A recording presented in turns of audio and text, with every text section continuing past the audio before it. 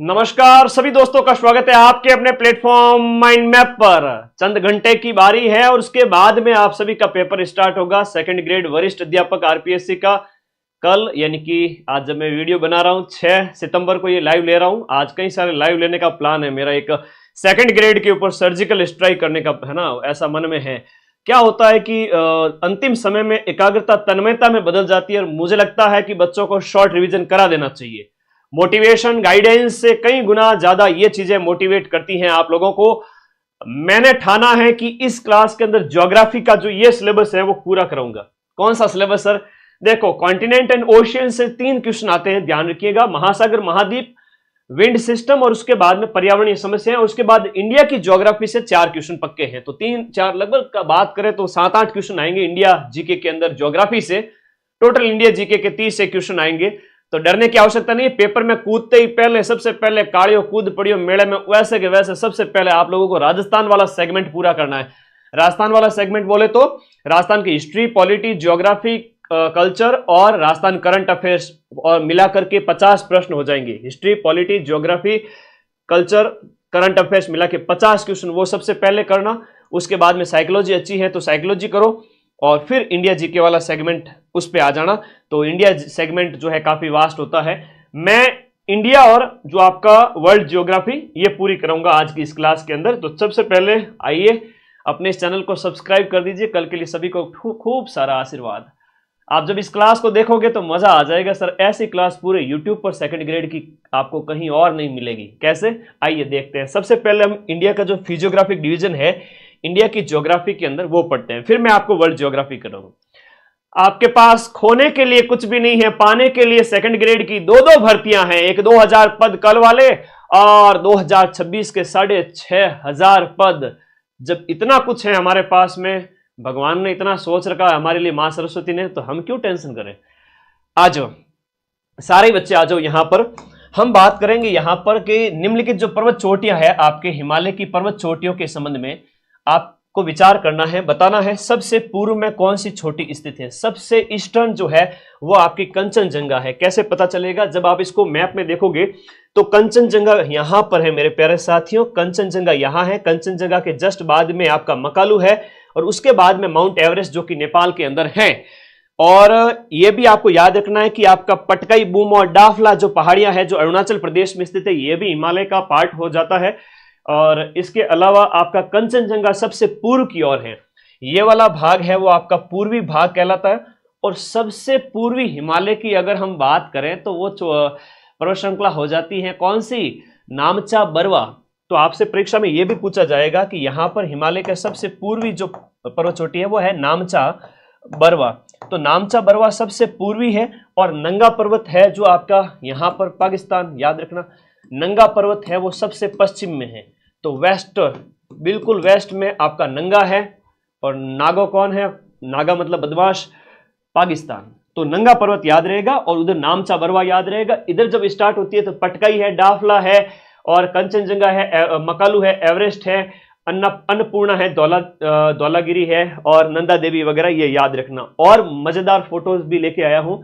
Online education जब बात करते हो किताबों में वो मजा नहीं होता है जो वीडियो कोर्स में होता है। दृश्य श्रव्य साधन, इतनी बढ़िया चीज एक साथ में इतने बढ़िया फोटो मैंने बता दिए। इनको और अच्छे से देखना।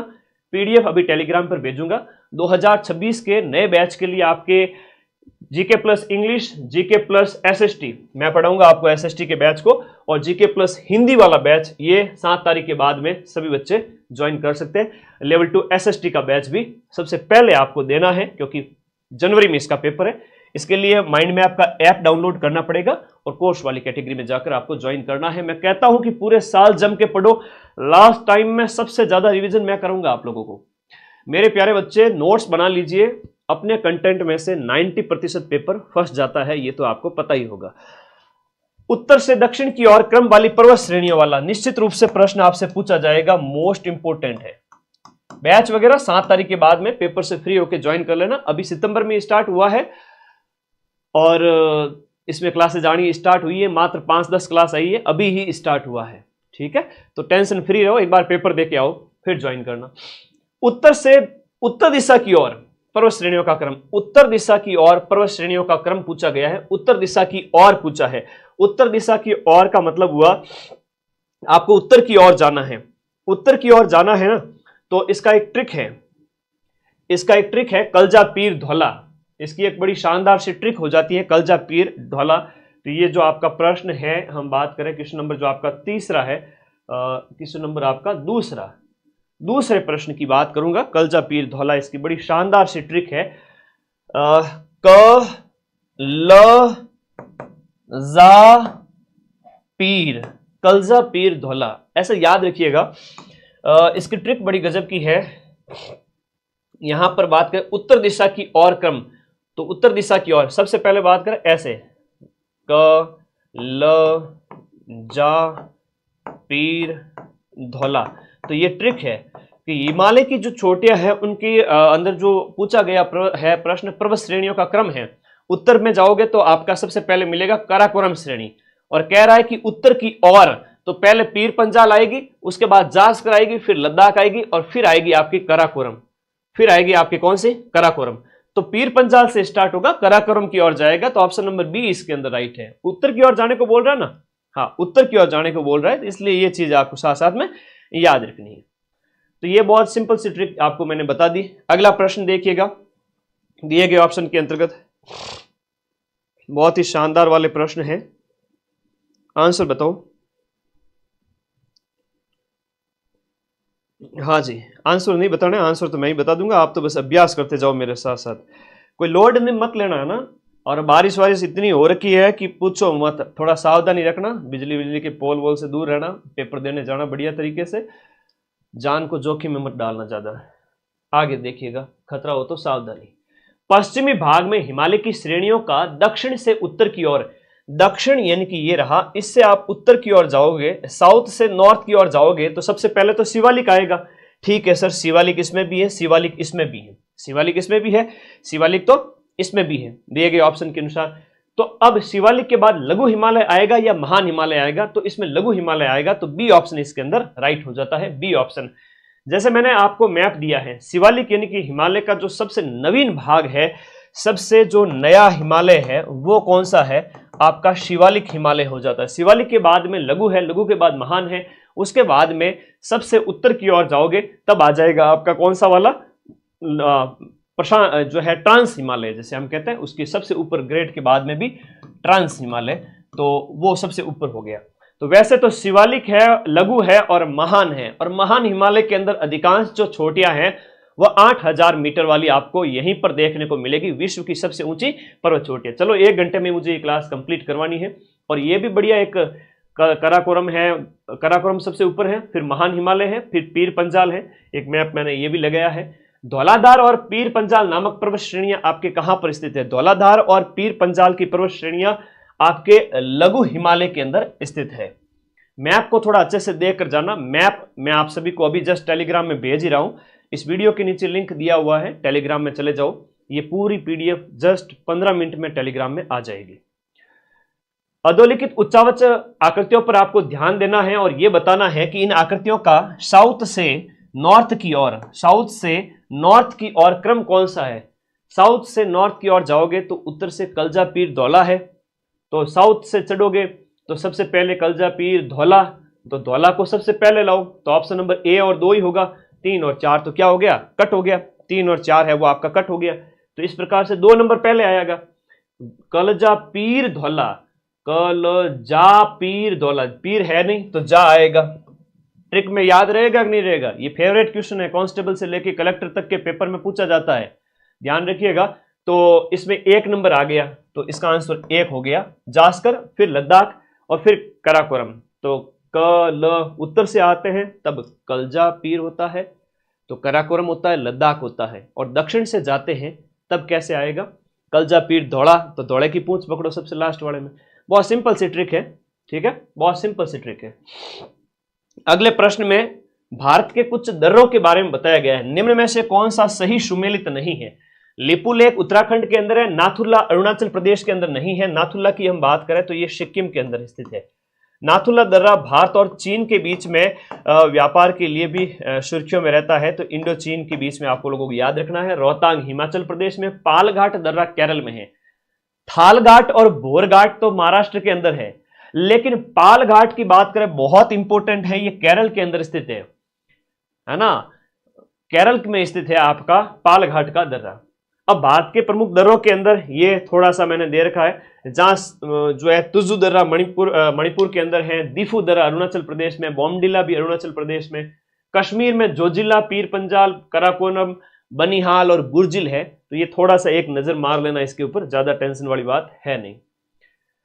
दक्षिण भारत की पहाड़ियों का क्रम भी एग्जाम में पूछा जाता है, मोस्ट इंपोर्टेंट है। पॉलिटी भी करा दूं क्या?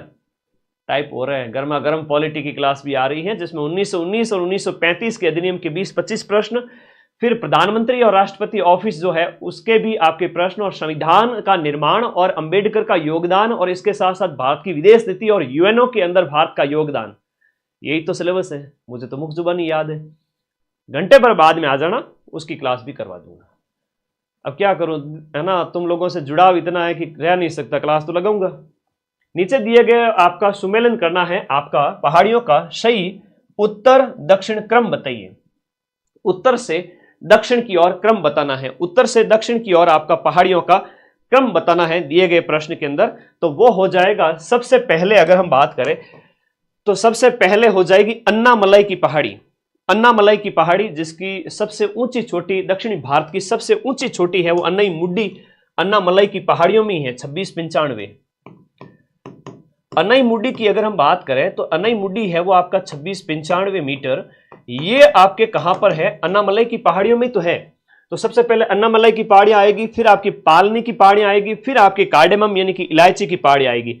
ये कार्डेमम की पहाड़ियां हो गई, ठीक है। तो उत्तर से दक्षिण की ओर, अब ऐसे दक्षिण की ओर जाओगे तो सबसे पहले अन्नामलाई आएगी, और उसके बाद में आपकी आएगी पालनी की पहाड़ियां, उसके बाद में आपकी कार्डेमम यानी कि इलायची जहां बहुत ज्यादा होती है, तो ये रही कार्डेमम की पहाड़ी, और ये रही पालनी की पहाड़ी। पालनी दूसरे नंबर पर है, उसके बाद में इलायची उसके नीचे है। पालनी पहले है, कार्डेमम उसके बाद में है। अब कमला और इलायची का प्रश्न आ जाए तो कर देना भाई, कमला और इलायची ना द्वारा सैली, ठीक है। हिस्ट्री, कल्चर, ज्योग्राफी जो है, पॉलिटी और राजस्थान का करंट अफेयर्स, वहां तो मैं 50 में से 40-45 प्रूफ दे दूंगा, चिंता ही मत करो, करंट अफेयर्स मिला करके कल वाले पेपर के अंदर।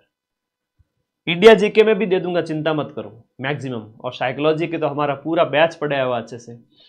मजा आएगा, कल बड़ा अच्छा संग्राम होगा, मजा आएगा, बहुत अच्छा पेपर होगा। 2-2 पेपर है भाई, मेहनत करो, नौकरी लगोगे। 1, 2 और 3 है। अन्नामलाई पहले है, उसके बाद में आती है आपकी अन्य चोटियां। अगला प्रश्न आपके जावादी का भी है और शेवरॉय की पहाड़ियां भी हैं। ये तमिलनाडु के अंदर है, जावादी की पहाड़ी, शेवरॉय की पहाड़ी। अच्छा प्रश्न है, शानदार प्रश्न है मेरे भाई। आगे बात करते हैं।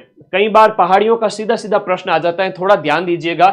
राजमहल की पहाड़ियां यहां पर हो जाती हैं, और उसके बाद में आपका महानंदी, ये मैकाल है, वो मध्य भारत के अंदर है, मैकाल पर्वत श्रृंखला। फिर सतपुड़ा, महादेव, अजंता, बालाघाट, नीलगिरी, शेषाचलम, जावादी, शेवरॉय, पंचमलाई, ये पालनी पहाड़ी। अब देखो पालनी ये रही, यहां पर दिख रहा है, और ये बड़ा अच्छे सीधी सीधी पहाड़ियों के नाम दिए गए हैं। मैप को थोड़ा सा देख लेना 2 मिनट के लिए, ठीक है। और फिर एक ये एनसीईआरटी का मैप है। अब एनसीईआरटी के मैप में ये लिखा है कि यहां पर अरावली हो गया, फिर विंध्याचल है, और फिर सतपुड़ा है। इनके बीच में चलती है कौन सी? नर्मदा। तो कहते हैं कि नर्मदा जो नदी है वो एक भ्रंश घाटी से होकर बहती है। अभी मैं फोटो दिखाऊंगा कि भ्रंश घाटी में से कैसे बहती है। खाई है बड़ी सी, दोनों तरफ आपकी पहाड़ियां हो गई, बीच में से नर्मदा होकर जा रही है, और जो कि एस्चुरी बनाती है, ना कि डेल्टा बनाती है। हम बात करेंगे उसके ऊपर। माइंड मैप का टेलीग्राम ज्वाइन कर लीजिए। एक बच्चा कह रहा है कि सुबह पेपर है, तो टेंशन मिट जाएगी। वहां मैंने करंट अफेयर्स की पीडीएफ जनवरी से लेकर के अगस्त तक की पीडीएफ सिर्फ 50 पेज में टेलीग्राम ग्रुप में डाले हैं। जाके सिर्फ हेडिंग पढ़ लेना, बेड़ा पार हो जाएगा। ये इस वीडियो के नीचे जो ब्लैक कलर का लिंक दिया हुआ है ना, उसमें टेलीग्राम ग्रुप का लिंक है, जाओ, थोड़ा इतना तो भला कर ही सकता हूं तुम्हारा, करंट पढ़ लो वहां से। अब देखो यहां पर जो है, पहले विंध्याचल है, फिर सतपुड़ा है, फिर महादेव है मध्य भारत में, महेंद्रगिरी छोटी है वो ओडिशा के अंदर है। यह प्रश्न अभी पटवारी के पेपर में पूछा गया था। महेंद्रगिरी है वो आपके कहां पर है? ओडिशा के अंदर है, तो ओडिशा के अंदर महेंद्रगिरी हो जाती है। अच्छा, जो है सैडल पीक वगैरह है, ये भी पटवारी में अभी आया था, सैडल पीक, तो ये अंडमान निकोबार के अंदर है। कहां पर है? अंडमान निकोबार के अंदर है। और फिर ये इस तरह से आपको याद रखना है, नीलगिरी है सबसे पहले ये नीलगिरी, ये क्रम पूछा जाएगा कल का पेपर में। नीलगिरी, उसके बाद में है अन्नामलाई की पहाड़ी, नीलगिरी के बाद आती है अन्नामलाई। उत्तर से दक्षिण की ओर क्रम आपसे पूछा जाएगा, नीलगिरी, अन्नामलाई, अन्नामलाई के बाद में आपकी आती है कार्डामम की पहाड़ी नीचे की ओर, कार्डामम, और कार्डामम से भी पहले वो पालनी की पहाड़ी है। सीधी सी बात है। क्लास का स्लाइड देखकर ही मोटिवेशन मिल गया, कंटेंट इतना जबरदस्त है ना। तो भाई पढ़ो बढ़िया तरीके से, ठीक है, शानदार, पूरे साल ऐप के अंदर लास्ट टाइम में सबसे ज्यादा क्वेश्चन मिलूंगा, टेंशन ही मत लो। ये पश्चिमी घाट है, ये पूर्वी घाट है, सुंदरबन का डेल्टा यहां पर बनता है, जो है गंगा नदी का, गंगा ब्रह्मपुत्र का, पश्चिम बंगाल, बांग्लादेश, यहां पर ये विंध्याचल, सतपुड़ा। थोड़ा मैप को अच्छे से देख लेना, ठीक है। ये नीलगिरी की पहाड़ी और ये कार्डामम की पहाड़ी थोड़ा अच्छे से देख के जाना, है ना। कल का पेपर बहुत बढ़िया होगा। आपको ऐसा लगेगा कि मदन सर ने लास्ट के 7 दिन पढ़े यार, पेपर में हम इतने सारे प्रश्न सही करके आ गए। ये तुम्हें पेपर हॉल में मेरी आवाज गूंजेगी जब पेपर में प्रश्न सही होंगे उस समय। अब यहां उत्तर से दक्षिण की ओर, उत्तर से आप दक्षिण की ओर जाओगे तो दर्रों का क्रम आपको बताना है। पहले आएगी थालघाट, फिर आएगी भोर, है, और फिर आएगा आपका पालघाट। तो पालघाट तो एक तो तमिलनाडु है, इधर तमिलनाडु हो गया, और इधर जो है वो आपका केरला है। तो केरल और तमिलनाडु की जो सीमा पर जो है एक दर्रा पतला रास्ता, वो है आपका पालघाट, ये याद रखना। और उसके ऊपर जो हम बात करें भोरघाट और थालघाट है, ये आपके कहां पर है? महाराष्ट्र के अंदर है। तो ये स्टेट कौन सा हो गया? महाराष्ट्र है, तो महाराष्ट्र के अंदर हो गया। तो थालघाट है, भोरघाट है, थालघाट है, भोरघाट है, फिर पालघाट आएगा। थालघाट, भोरघाट, पालघाट, थालघाट, भोरघाट, पालघाट। आगे बढ़ो। मेघालय का पठार है वो किसका पार्ट है? मेघालय का जो पठार है वो किसका भाग है? मेघालय पठार की हम बात करें तो प्रायद्वीपीय खंड का भाग है। अब आप कहोगे सर प्रायद्वीपीय खंड तो नीचे की ओर है, ये प्रायद्वीप खंड, वो प्रायद्वीपीय खंड का जो बात करूं मैं, प्रायद्वीपीय खंड का जो कंधा है, कह सकते हो कि ये इस प्रकार से यहां पर। अगला देखिए, पूर्वी घाट और पश्चिमी घाट को जोड़ने वाली जो पहाड़ियां हैं, पूर्वी घाट और पश्चिमी घाट को जोड़ने वाली जो पहाड़ियां हैं वो नीलगिरी की पहाड़ियां हैं। और नीलगिरी की पहाड़ियां मैं तुम्हें बता चुका हूं कि नीलगिरी की पहाड़ियां कहां पर है, ये यहां पर है नीलगिरी की पहाड़ी, जहां पर पूर्वी और पश्चिमी घाट का क्या होता है? मिलन होता है, पूर्वी घाट और पश्चिमी घाट का। कार्डामम पहाड़ियां जिन राज्यों की सीमाओं पर स्थित हैं वो राज्य कौन से हैं? कार्डामम की पहाड़ी की बात करें, ये रहा आपका इलायची की पहाड़ी, यहां पर इलायची की खूब पैदावार होती है। तो इलायची की जो पहाड़ी की हम बात करें तो कार्डामम पहाड़ी है वो आपके केरल और तमिलनाडु की सीमा पर स्थित है। केरल और तमिलनाडु की सीमा पर स्थित है कार्डामम की पहाड़ियां, इलायची की पहाड़ियां। वहां के लोग तो है ना, यूं इलायची भर, जैसे तुम लोग क्या खाते हो वैसे अपने यहाँ पर ज्यादा पैदावार कोई चीज की हो जाए उस तरीके से उनके यहाँ तो इतनी भयंकर इलायची है। तो ये याद रखना, केरल तमिलनाडु की सीमा पर जहां पालघाट का दर्रा है। उत्तर से शुरू करके दक्षिण की ओर दी गई पहाड़ियों का आपको सही अनुक्रम बताना है। पिछली बार भी प्रश्न पूछा गया था सेकंड ग्रेड के फर्स्ट पेपर के अंदर। यहां उत्तर से दक्षिण की ओर नल्लामलाई, नीलगिरी, जावादी और अन्नामलाई, इन दिए गए पहाड़ियों के अंदर उत्तर से दक्षिण की ओर आपको क्रम बताना है। तो सबसे पहले नल्लामलाई की पहाड़ी आएगी, नल्लामलाई के बाद में जावादी की पहाड़ी आएगी, नल्लामलाई के बाद में कौन सी आएगी? जावादी की पहाड़ी आएगी। उसके बाद में आपकी आएगी नीलगिरी हिल्स, उसके बाद में आएगी अन्नामलाई की पहाड़ी। तो ये पीछे मैप दिया हुआ था, उसमें देख लेना। हम बात करें कि पहाड़ियां कौन से तट पर स्थित है, महादेव की पहाड़ी, मिकिर की पहाड़ी, कैमूर की पहाड़ी, ये सब पहाड़ियों का सीक्वेंस आपसे पूछा गया है, कहां पर है। एसएसटी की क्लास दे दो, एसएसटी के सारे नोट्स दूंगा अभी 2 घंटे बाद में, रुको पहले सब्र करो, देंगे नोट्स, ठीक है। तो इसके अंदर क्या है, कौन सा सही सुमेलित है दिए गए में से? तो महादेव की पहाड़ी है वो मध्य भारत के अंदर है। अभी मैंने बताया था मैकाल की पहाड़ी, महादेव की पहाड़ी, सतपुड़ा, विंध्याचल सब मध्य भारत के अंदर स्थित है। और फिर आपका मिकिर की पहाड़ी, मिकिर है, डाफला है, गारो, खासी, जयंतियां, पटकई, बूम, सब की सब पूर्वोत्तर भारत के अंदर। 3 और 4 सही सुमेलित है। कैमूर कोंकण तट पे नहीं है, कैमूर वगैरह ये सब मध्य भारत के। कार्डामम है वो आपके कोरोमंडल तट पर नहीं है, मालाबार तट की तरफ है, केरल की तरफ। तो इस वजह से ये गलत हो जाते हैं दोनों। मध्य भारत में स्थित पहाड़ियों के बारे में पूछा गया है। मध्य भारत में स्थित पहाड़ियों के बारे में पूछा गया है कि पश्चिम से आप पूर्व की ओर जाओगे, पश्चिम से पूर्व की ओर जाओगे, ये रहा भाई पश्चिम वाला भाग और ये रहा आपका पूर्व वाला भाग।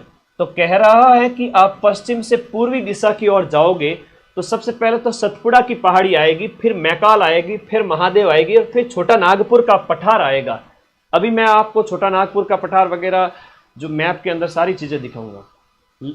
बैच के अंदर अभी सेकंड ग्रेड के बाद में क्लासेस आपकी भयंकर आनी स्टार्ट होगी, तो आप बैच में पढ़ लेना, ठीक है। बच्चे बीच बीच में कमेंट कर रहे हैं नए एडमिशन जो है, तो कल तो पेपर है तुम्हारा, आज तो कैसे क्लास लेवे। तो जो कल पेपर नहीं दे रहे हैं उन बच्चों के लिए कहूँगा ऐप में क्लासेस आपके कल से। कौन सा एक प्रवाल द्वीप है? प्रवाल यानी कि मूंगा, मूंगे का द्वीप कैल्शियम कार्बोनेट CaCO3 का, जिसे हम बात करें CaCO3 कैल्शियम कार्बोनेट से जो बनता है वो लक्षद्वीप है। वो आपका मूंगे का जो जीव है उसके द्वारा जो अपना भोजन निगल करके कैल्शियम कार्बोनेट विष्टा के रूप में निकाल दिया जाता है, और उससे जो उसने बना दिए, इतने द्वीप बना दिए, है ना।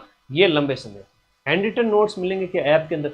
अरे ऐप में एक एक चीज, ऐसे ऐप में फोटोज लगा करके मैं हाथ से लिखता हूँ भाई, है ना, लिख करके तो अंगुली में ऐठान बन गया पूरे साल लिख करके। ऐप में पीपीटी यूज नहीं होती है, ऐप में हाथ से पढ़ाया जाता है। लंबा बैच चलता है, जनवरी फरवरी तक कंप्लीट होगा। पेपर आपका जुलाई 2026 में है, चिंता ही मत करो, मेरे ऊपर छोड़ दो, है ना। कयाल क्या है? कयाल एक लैगून झील होती है, केरल के तट पर मिलने वाले लैगून है। केरल जरूरी नहीं है, दूसरे स्टेट में भी। ये हो गया आपका समुद्र। और समुद्र की हम बात करें, समुद्र का जो पानी है, समुद्र का पानी अगर लॉक हो गया जमीन के अंदर और बाहरी जमीन लॉक हो गई तो एक पानी झील बन गई यहाँ पर, ये कयाल झील कहलाती है। ये क्या है? लैगून है, कयाल है, जिसमें हम इसकी बात करते हैं। हिमालय पर्वत के संबंध में गोमती नदी क्या है? हिमालय पर्वत के संबंध में दिए गए में से आपका गोमती नदी क्या है? तो गोमती नदी का अनुवर्ती प्रवाह है, गोमती नदी अनुवर्ती प्रवाह है। वैसे हिमालय पर्वत की नदियों की अगर हम बात करते हैं तो अधिकांशतः अनुवर्ती प्रवाह दिखाती है। अनुवर्ती प्रवाह का मतलब ये हुआ जो अपनी तेज ढाल का अनुसरण करती है, और हिमालय के पर्वत हैं वो जवान है, हिमालय पर्वत जवान है तो बहुत तेज ढाल से नीचे उतरती है। अनुवर्ती प्रवाह हिमालय में देखने को मिलता है। अनुवर्ती प्रवाह कहां देखने को मिलता है? हिमालय के अंदर देखने को मिलता है। आई बात समझ में? अगला देखिएगा, हिमालय के अंदर जो सिंधु नदी है वो किसका उदाहरण है? हिमालय के अंदर आप सिंधु नदी को देखोगे तो वो पूर्ववर्ती प्रवाह है ना, पूर्ववर्ती अफवाह का उदाहरण है। पूर्ववर्ती अफवाह कौन सी नदियां हैं वो आपका डेल्टा नहीं बनाती हैं? कौन सी नदियां डेल्टा नहीं बनाती है?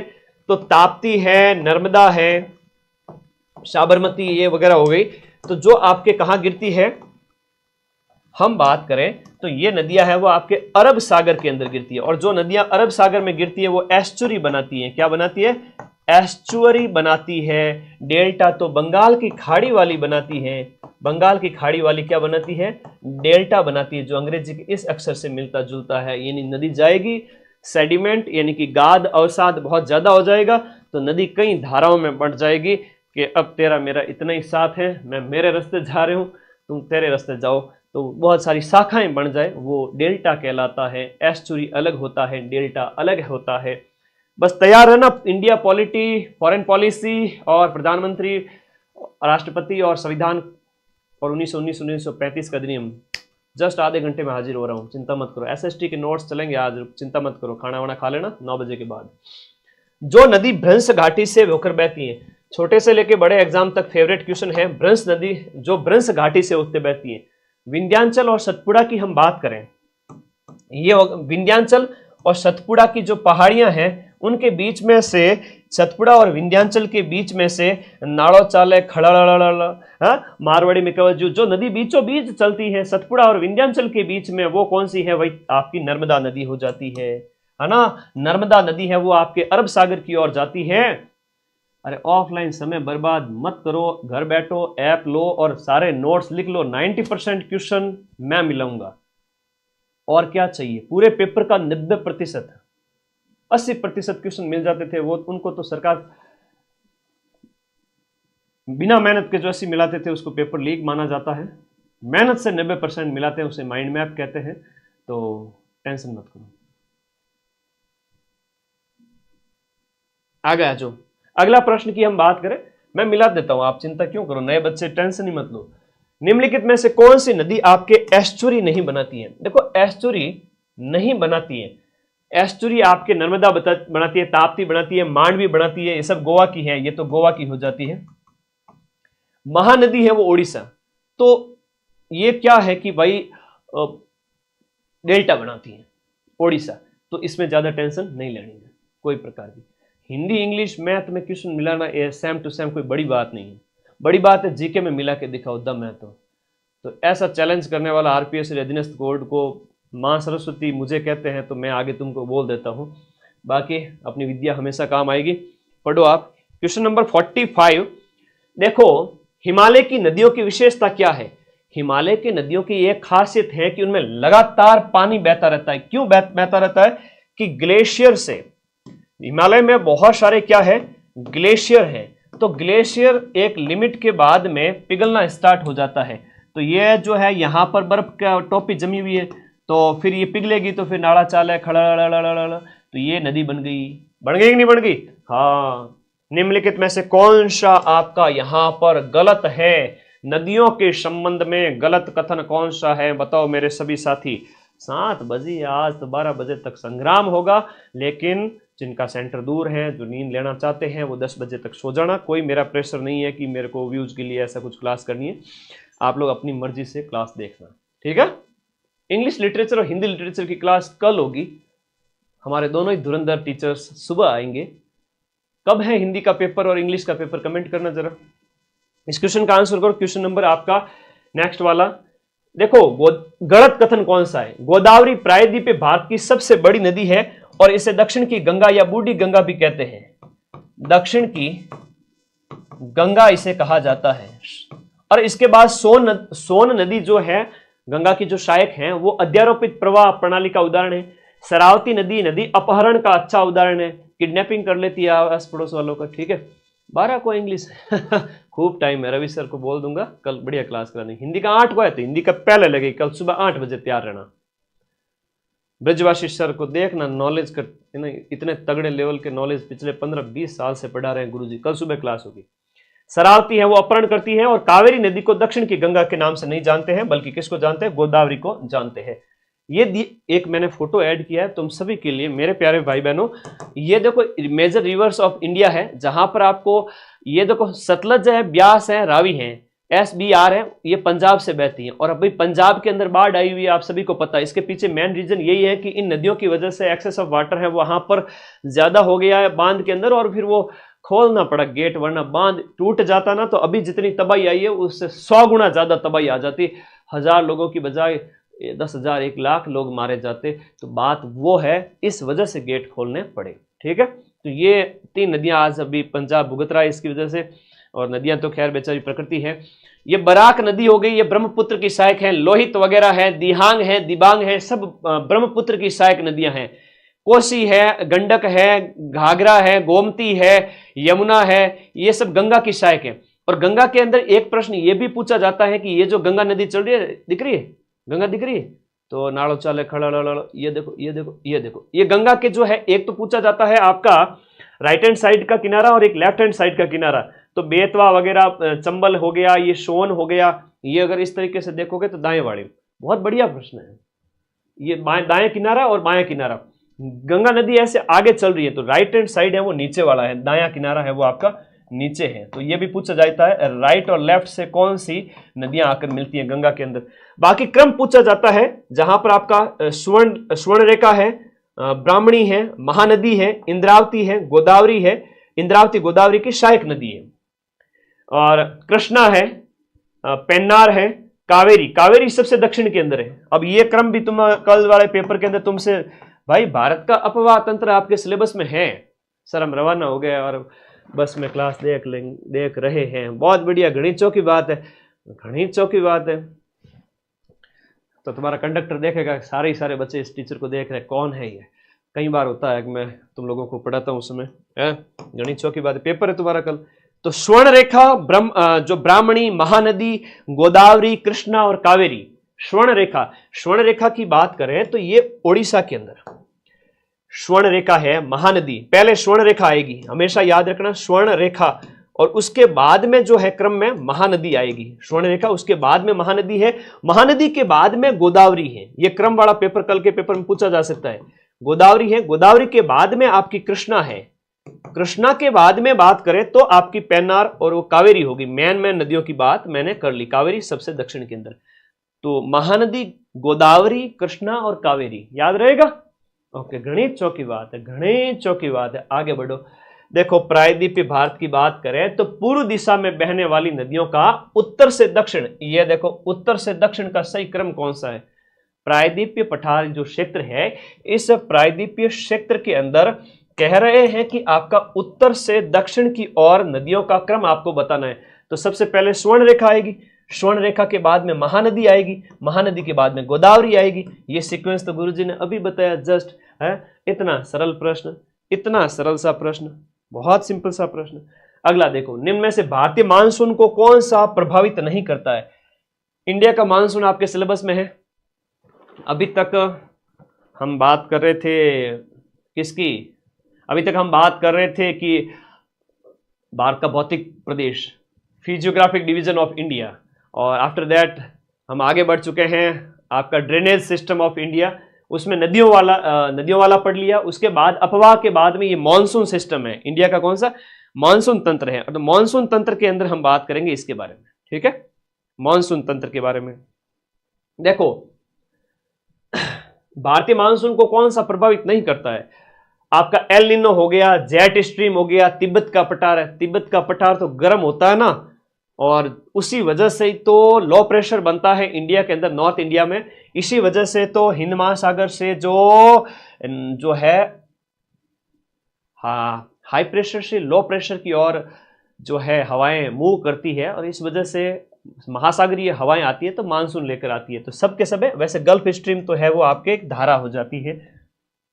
मानसून के बारे में बताया हुआ है, साउथ वेस्ट मानसून का मतलब है ये दक्षिण पश्चिम मानसून। छोटी सी अवधारणा है, समझा देता हूं। दक्षिण, सिर्फ 30 सेकंड। दक्षिण पश्चिमी मानसून, दक्षिण पश्चिमी मानसून जो आपके हाई प्रेशर से लो प्रेशर की ओर जाता है। लो प्रेशर सर कहां बनता है, अरे इंडिया के ऊपर बनता है। इंडिया के ऊपर गुरुजी लो प्रेशर क्यों बने, देखो इंडिया के ऊपर लो प्रेशर यूं बने कि हाँ ठीक है, देखो लो प्रेशर इसलिए बनता है कि गर्मी बहुत ज्यादा पड़ती है, तो तापमान ज्यादा, जब आपका तापमान ज्यादा होता है ना, ताप ज्यादा होता है, तब दाब क्या होता है, कम होता है। उनके बनते नहीं है, दुश्मनी है आपस में। 36 का आंकड़ा है, तापमान ज्यादा तो दाब कम। गर्मियों में अपने तापमान खूब सारा हो जाता है, इसलिए दाब प्रेशर लो पड़ जाता है, और लो हो गया प्रेशर तो हाई प्रेशर कहां बन जाएगा, हिंद महासागर के अंदर। तो हिंद महासागर में हाई प्रेशर बन गया ना, तो हिंद महासागर वाली हवाएं बोलेगी चलो लापसी है, लापसी है, लापसी है। जिम के आते हैं, कहां जाते हैं, इंडिया के ऊपर, कि इंडिया में चलो, इंडिया में लापसी है, जिम कहेंगे क्यों भाई, नाती का बाड़ा है क्या, नहीं गुरुजी अट हाई प्रेशर था, हाई प्रेशर था और यहां लो प्रेशर फील हुआ। लो प्रेशर इसलिए फील हुआ क्योंकि गर्मी बहुत ज्यादा है, गर्मी ज्यादा होती है तो लो प्रेशर हो जाता है। तो गर्मियों में जून में अपने क्या होता है कि गर्मी ज्यादा पड़ती है तो लो प्रेशर बन जाता है, और हिंद महासागर के ऊपर हाई प्रेशर हो जाता है। इस वजह से हाई प्रेशर से हवाएं हमेशा लो प्रेशर चलती है। अब एक और बात बताता हूं तुम लोगों को, गुरुजी मानसून वापस क्यों जाता है, जिसे मानसून का प्रत्यावर्तन कहते हैं। मानसून वापस जाने को क्या कहते हैं, मानसून प्रत्यावर्तन। मानसून प्रत्यावर्तन जाएगा ना, लाभ से जीम ने आ गया, ठीक है, नानी के घर लाभ से जीम ने आ गया, अब इसको वापस जाना पड़ेगा। कब, ठंड पड़ गई गुरुजी, सर्दी आ रही। अब वर्तमान में जब हम बात करें, सितंबर का महीना चल रहा है जब मैं ये क्लास ले रहा हूं, सितंबर, अक्टूबर, नवंबर, दिसंबर, गुरुजी ठंड पड़ रही है, भयंकर वाली ठंड पड़ी। तो ठंड पड़ी मतलब टेम्परेचर लो हुआ। मेरे साथ साथ बोलो इस बात को, टेम्परेचर लो हुआ। अब तापमान अगर यहां पर माइनस में चला गया, सर्दियों में तापमान अक्टूबर मार्च में कितना हो जाएगा, अक्टूबर से मार्च 6 महीने तक माइनस में चला जाएगा, तब दाब कैसा हो जाएगा, इंडिया के ऊपर हाई हो जाएगा। तो हाई प्रेशर से हवाएं वापस से जाएगी लो प्रेशर की ओर, और लो प्रेशर आपका कहां बन जाएगा, इंडियन ओशन के अंदर। तो ये लौटता हुआ मानसून है, और लौटता हुआ मानसून हमेशा तमिलनाडु तट पर बारिश करता है। कहां पर करता है, तमिलनाडु तट, और जिसे हम कहते हैं आपका कोरोमंडल तट। कोरोमंडल तट पर बारिश होती है। सीधा सा प्रश्न बार बार पूछा जाता है। अब एक बार बताओ कि लाभ से जीमने वाली कहानी समझ में आ गई। हाई प्रेशर से लो प्रेशर, फिर लो प्रेशर से हाई प्रेशर, और कई सारे फैक्टर्स होते हैं जो इसको प्रभावित करते हैं। एल निनो है जो आपका प्रशांत महासागर के अंदर डेवलप होता है, तो वहां गर्म धाराएं है वो इंडिया की तरफ आती है। गर्मी बढ़ जाए तो भाई मानसून आएगा, बहुत ज्यादा गर्मी बढ़ जाए तो फिर तो सूखा पड़ता है ना। लाल निनो है वो मानसून के लिए सहायक होता है, एल निनो है वो नुकसान पहुंचाता है। खैर ऐप के अंदर पढ़ाऊंगा और डिटेल में, अभी के लिए पेपर सॉल्व करने के लिए इतना बहुत है, अभी के लिए इतना बहुत है। आगे बढ़ो। क्वेश्चन नंबर यहां पर नेक्स्ट वाला कह रहा है कि आपका मई जून के महीने में पैदा होने वाली जो धूल भरी आंधियां हैं, जिससे आंखों में धूल घुस जाए, उसके लिए रेस्पॉन्सिबल कौन सा है, जो गंगानगर में सबसे ज्यादा आती है। तो धूल भरी आंधियों के लिए जो रेस्पॉन्सिबल है वो कुछ स्थान पर सामान्य धाराओं की उत्पत्ति है ना, वो ज्यादा रेस्पॉन्सिबल है। ए ऑप्शन सही है। सामान्य धाराओं का मतलब होता है आपका कन्वेक्शनल करंट। ये देखो, चाय बनानी आती है, चल जा भाई चल जा, चाय बनानी आती है तो चाय में आप देखते हो चाय पत्ती डालते हो तो इस तरह से धाराएं हैं वो बनती हैं, तो चाय पत्ती ऊपर की ओर आ जाती है। आती है कि नहीं आती है, वैसे के वैसे यहां पर तो जमीन गर्म होती है तो आपके तो यहां पर जो जमीन गर्म होने की वजह से ये होता है। अरावली पहाड़ियां दक्षिण पश्चिम हवाओं के समानांतर है, ये मानसून के लिए है, इसके लिए नहीं। और अति तीव्रगामी पूर्व पवने, तो पूर्वी हवाओं वाला नहीं है, इसमें केवल एक ऑप्शन है गर्मी की वजह से। ठीक है। निम्नलिखित में से कौन से राज्य में दक्षिण पश्चिमी मानसून के द्वारा वर्षा नहीं होती है, आंसर करो फटाफट। ठीक है, आंसर बताओ रे फटाफट कि दक्षिणी पश्चिमी मानसून जो जून जुलाई अगस्त सितंबर, जो 4 महीने हैं जून से लेकर के सितंबर। देखो यहां हम बात करें तो आपका जून से लेकर के जो सितंबर का महीना है वो मानसून के महीने हैं, जिसे हम चातुर्मास कहते हैं, और नर के जागने का समय, नारायण के सोने का समय होता है। तो तमिलनाडु तट पर बारिश नहीं करता है, तमिलनाडु तो लौटते हुए मानसून से वर्षा प्राप्त करता है। अगला है कि भारत का कोरोमंडल तट, बहुत प्यारा प्रश्न पूछा गया आपसे। भारत के कोरोमंडल तट पर सबसे ज्यादा जो बारिश होती है ना वो आपके सर्दियों के टाइम में होती है, अक्टूबर नवंबर में होती है या जनवरी फरवरी में। तो लौटते हुए मानसून की बात हो रही है। कोरोमंडल तट पर सबसे ज्यादा बारिश कब होती है, लौटता हुआ मानसून, यानी सितंबर के बाद में अक्टूबर और नवंबर की बात हो रही है। अब जनवरी फरवरी में तो मावट की बारिश होती है, और ये मावट की बारिश कैसे होती है, वो भूमध्य सागरीय जो हवाएं आती है ना, भूमध्य सागर, अभी बताऊंगा मैं वर्ल्ड ज्योग्राफी के अंदर भूमध्य सागर कहां पर है। तो भूमध्य सागरीय जो हवाएं हैं उनकी वजह से पाकिस्तान से होते हुए मावट की बारिश होती है। तो वो मैं मैप लेके आया हूं, अभी तो मजा आ जाएगा तुम लोगों को, है ना, एकदम फोन पटक के बैठ जाओगे, गुरुजी आनंद आ गया, अभी वर्ल्ड ज्योग्राफी तो आने दो। चलो फटाफट आगे बढ़ो। अक्टूबर नवंबर में कोरोमंडल तट पर बारिश होती है। वर्षा ऋतु में वायुमंडल में सबसे ज्यादा जो आर्द्रता विद्यमान रहती है वर्षा ऋतु में, जब हाँ जी जब रेनफॉल हो रहा है उस समय सबसे ज्यादा जो ह्यूमिडिटी है वो आपके कब होती है, सबसे ज्यादा ह्यूमिडिटी सुबह के समय में आपके होती है। भारत में शरदकालीन वर्षा के क्षेत्र निम्नलिखित में से कौन से हैं। शरद का मतलब है सर्दियों के टाइम में, सर्दियों के टाइम में पंजाब तमिलनाडु या कर्नाटक तमिलनाडु, तो दिए गए में बताओ भाई शरदकालीन, इसमें जो आंसर हो जाएगा पंजाब और तमिलनाडु के अंदर, पंजाब और तमिलनाडु के अंदर, यहां पर कर्नाटक इसमें नहीं आएगा, कर्नाटक तो आपका पश्चिमी तट पर है तो जाते हुए वर्षा प्राप्त करता है। पंजाब तमिलनाडु इसका राइट आंसर होगा, पंजाब और तमिलनाडु राइट आंसर होगा। अगला देखिएगा, मालाबार का जो तट है ना, मालाबार का जो तट है ना, ये वाला आपका मालाबार का तट है, केरल वाला जो तट है, केरल वाला जो तट है वो आपका मालाबार वाला। तो मालाबार तट की बात करें तो मालाबार तट पर भारी वर्षा हो रही है तो तमिलनाडु अपेक्षाकृत सूखा रह जाता है। सही बात है गुरुजी। तमिलनाडु है वो अरब सागरीय मानसून के वृष्टि छाया क्षेत्र के अंदर स्थित है, बिल्कुल सही है, और इसकी सही व्याख्या भी हो रही है कि तमिलनाडु में बारिश इसलिए नहीं होती है कि ये आपका वृष्टि छाया क्षेत्र के अंदर हो जाता है। वृष्टि छाया क्षेत्र का मतलब होता है इस तरफ तो बारिश हो गई खूब सारी, और दूसरी तरफ है वो लाभ से मिली नहीं, उनको खाली बैठे रह गए। तो ये जो तट है ना, यहां पर भी वृष्टि छाया क्षेत्र पाया जाता है ना, विदर्भ का क्षेत्र, महाराष्ट्र वगैरह, यहां बारिश हो जाती है, और फिर पहाड़ियों से यानी पश्चिमी घाट पहाड़ियां आगे आ जाती है, तो जो नमी युक्त बारिश होती है, नमी युक्त जो बादल होते हैं यहीं पर बरस जाते हैं, फिर अगले वाले भाग वो सूखा रह जाता है, इस वजह से वो वृष्टि छाया क्षेत्र कहलाता है। दोनों कथन सही है। ऐसे कथन देख करके कभी डरना मत, सुमेलन वालों से कभी डरना मत, बड़े सिंपल सिंपल से क्वेश्चन होते हैं, ध्यान रखना। मेरे प्यारे साथियों, भारत में शीतकालीन पवनों की दिशा कौन सी होती है? देखो, सर्दियों के समय में पवनों की, शीतकालीन पवनों की दिशा कौन सी, ये पूछ रहा है। शीतकालीन पवनों की दिशा उत्तर पूर्व से दक्षिण पश्चिम। उत्तर पूर्व से दक्षिण पश्चिम कैसे, समझ में नहीं आया सर? उत्तर पूर्व, नॉर्थ, उत्तर पूर्व से, ये हो गया नॉर्थ, ये हो गया ईस्ट, तो उत्तर पूर्व से दक्षिण पश्चिम की ओर ऐसे जाती है लौटते हुए मानसून की हवाएं, ऐसे आएगी, और ये हो गया दक्षिण साउथ, और ये हो गया वेस्ट, तो साउथ वेस्ट की तरफ जाएगी। तो लौटते हुए मानसून की जो डायरेक्शन है वो कहीं जा रही है। हाँ, करंट अफेयर्स जरूर देख लेना, मैंने अभी जो टेलीग्राम पे डाला है मेरे भाई, सिर्फ और सिर्फ हर महीने की हेडिंग देख के चले जाना, सिर्फ 1 घंटा लगेगा।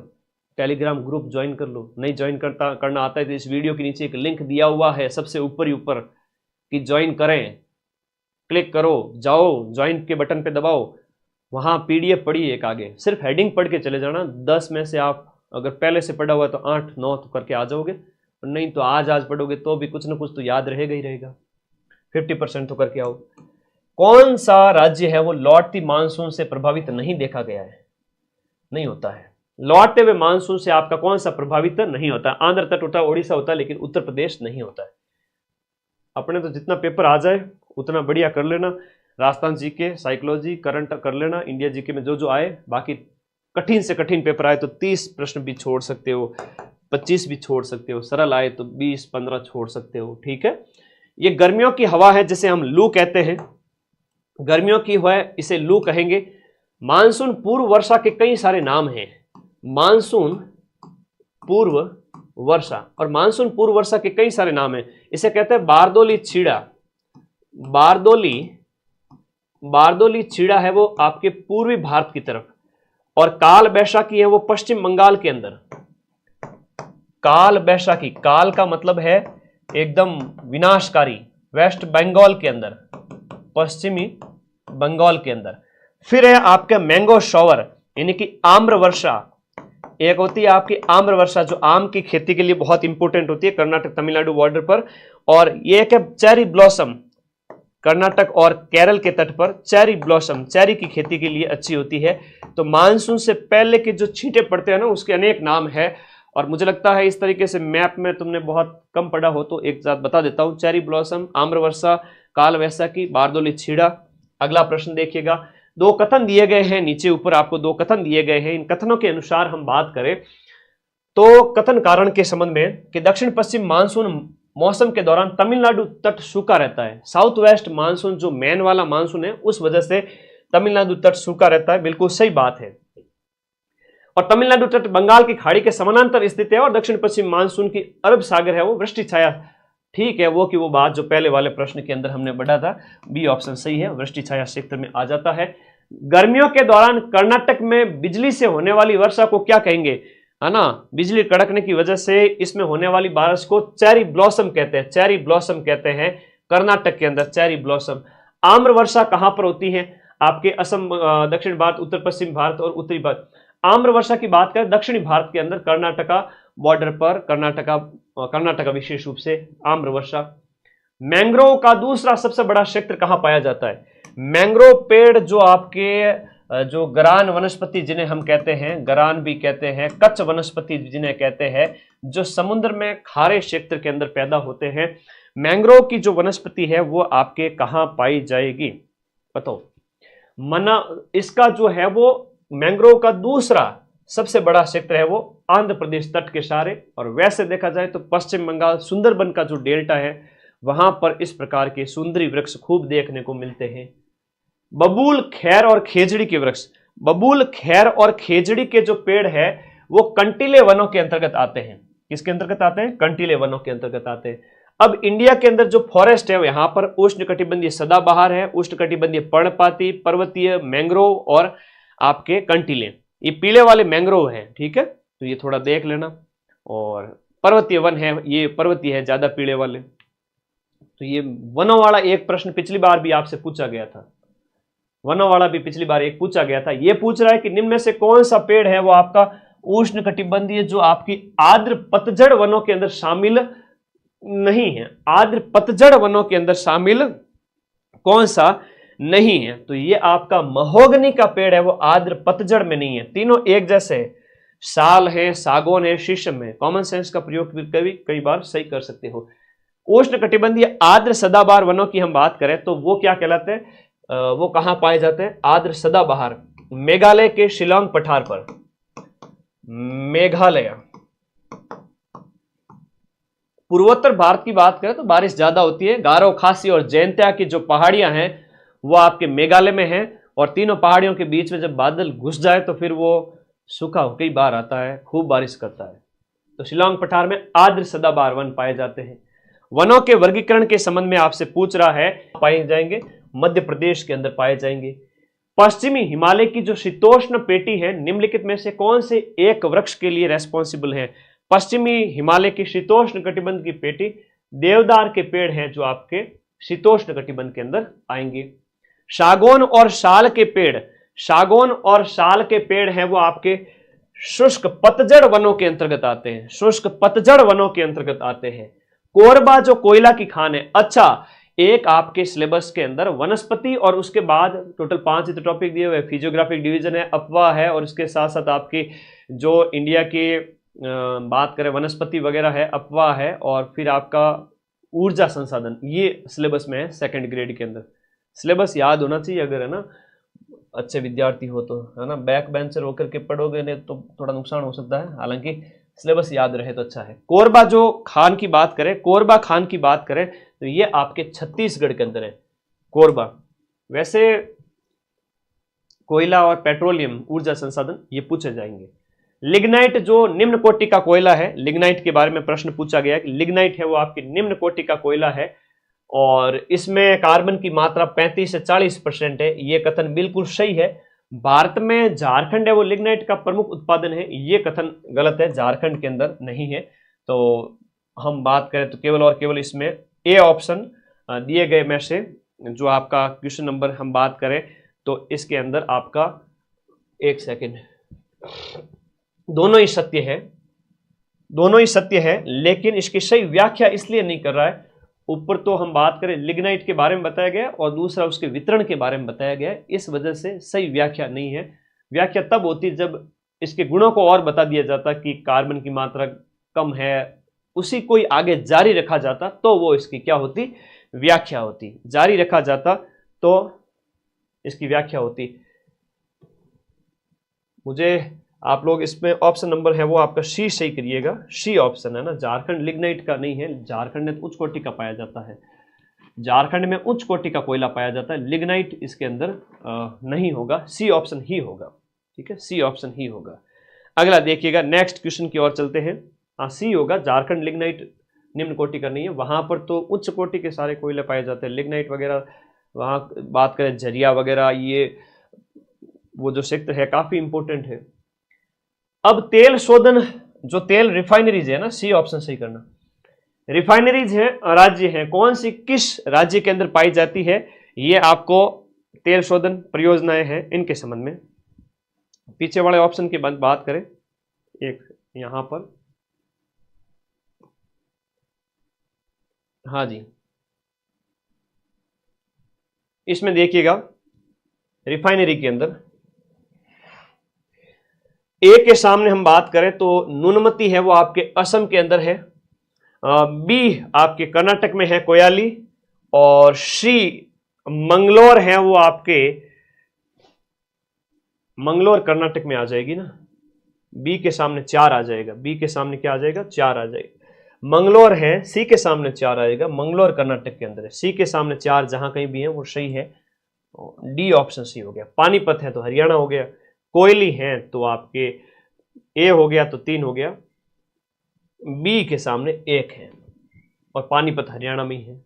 तो रिफाइनरी के बारे में याद रखना। सबसे इंपॉर्टेंट जो है, रिफाइनरी से भी ज्यादा इंपॉर्टेंट अगला एक जो प्रश्न जो मैं आपको कराऊंगा, पिछली बार जो सेकंड ग्रेड के फर्स्ट पेपर में आपसे पूछा गया था, तेल शोधन के केंद्र, वो इंपॉर्टेंट है। यहां दिए गए में से कौन सा जोड़ा यहां पर सही सुमेलित है? तो सही सुमेलित है यहां पर असम में बरौनी नहीं है, जबकि आंध्र प्रदेश का विशाखापट्टनम तेल शोधन है, महाराष्ट्र का कोयना तेल शोधन, गुजरात का मथुरा नहीं है, गलत है। नवग्राम तेल क्षेत्र है वो आपका असम के अंदर स्थित है। नवग्राम की बात करें तो आपका असम में है। बाकी नाहरकटिया, ये जो दिया गया ना नाहरकटिया, नाहरकटिया हो गया। डिगबोई जो सबसे पुराना है, डिगबोई है, और इसके अलावा मुंबई हाई है, ये आप लोगों को याद रखना। नवग्राम, हाँ जी नवग्राम असम, एक सेकेंड, नवग्राम गुजरात वाले ज्यादा इंपॉर्टेंट है, नवग्राम इसमें आएगा। गुजरात की हम बात करें तो इसके अंदर कलोल है, खंबात है, अंकलेश्वर है। ये अंकलेश्वर वाला पिछली बार सेकंड ग्रेड के पेपर में पूछा गया था, अंकलेश्वर, अंकलेश्वर। और ये है आपका नवग्राम भी, नवग्राम भी आपके गुजरात के अंदर ही है। नवग्राम, नवग्राम वगैरह गुजरात में। और एक स्थान की बात करूं तो नौसारी स्थान है, तो नवग्राम इसी में होगा, ठीक है, वेरी इंपॉर्टेंट। और ये इसमें से तो एक प्रश्न पक्का है, आप स्क्रीनशॉट ले लीजिएगा, कल वाले पेपर में संभावित है कि प्रश्न में आपके पूछ लिया जाए। मुंबई हाई हो गया, उसके बाद में आपका बसीन क्षेत्र है, मुंबई हाई क्षेत्र है, खंबात है, अंकलेश्वर है, नवग्राम है, तो ये आपके गुजरात के अंदर है। चलो अगला प्रश्न देखिएगा, भारत में सबसे पुराना तेल भंडार कहां पर है? सबसे पुराना तेल भंडार क्षेत्र कहां पर है? तो वो डिगबोई असम वाला सबसे पुराना है, डिगबोई असम वाला सबसे ज्यादा है। कौन सा यहां पर सही सुमेलित नहीं है दिए गए में से? बीना मध्य प्रदेश में बीपीसीएल की तेल रिफाइनरी है, तातीपा का आंध्र प्रदेश की है जो ओएनजीसी की है, डिगबोई असम में आपका इंडियन ऑयल जो ये आईओसीएल है, आईओसीएल है यहां पर, और कोयली गुजरात वाला एचपीसीएल सही नहीं है। अब वर्ल्ड ज्योग्राफी में तो ज्यादा माथाफोड़ी करनी है नहीं आप लोगों को, उसके लिए मैं अलग से कुछ आप लोगों के लिए जुगाड़ लेके आया हूं। जुगाड़ का मतलब ये हुआ कि कुछ मैप लगा कर लाया हूं जहां से सीधे सीधे प्रश्न कल वाले पेपर में आ जाएंगे।